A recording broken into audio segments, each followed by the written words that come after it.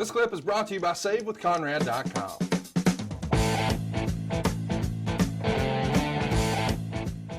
Next up, we've got our main event. But before we get there, I want to mention we're doing a backstage interview in the locker room area. And JR had been teasing it all night, saying, I've talked to Bret Hart a lot. I've never seen him like he is today. I've never seen him like he is right now. And then we go backstage and there's Doc Hendricks talking to Bret Hart, and Bret Hart is overflowing with frustration. And it's the first time we start to see what is going to become the heel Bret Hart, when it really bubbles over and he pushes down Vince McMahon after Raw one night. And really a phenomenal turn. The seeds are at least sprinkled here.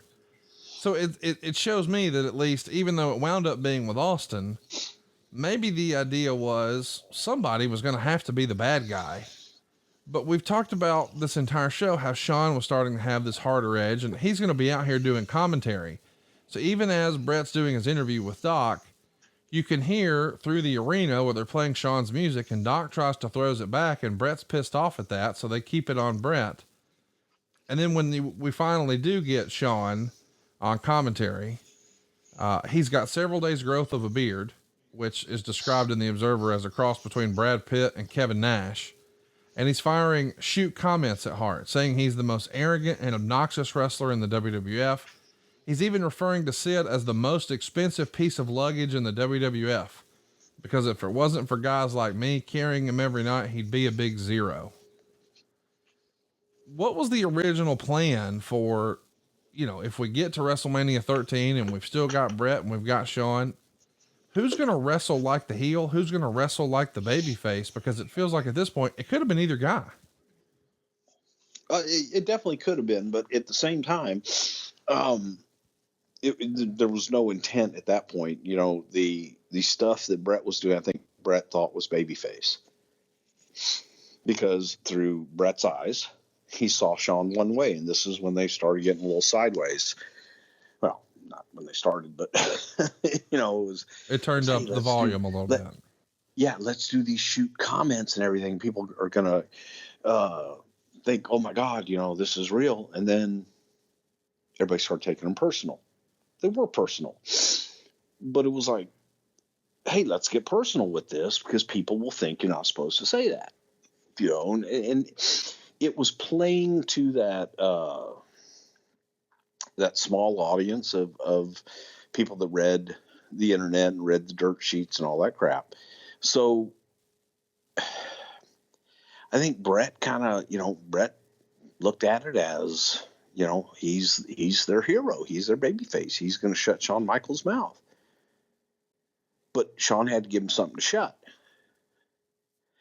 And yeah, it just was Bret.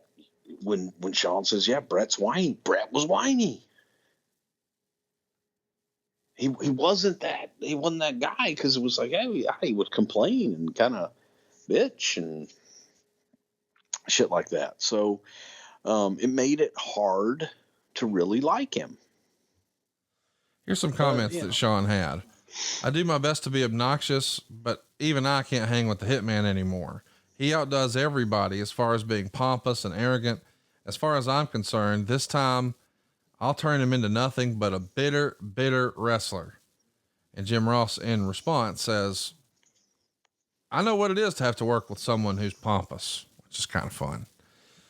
Shawn also says Sid is the WWF's most expensive. Why is he got to talk about me like that? That's bullshit. Well, that's true. I'll tell you something about Jim Ross right now, buddy. I'm listening. You hear about what? Quote, we're all different individuals. Am I the only one in the WWF who's figured that out?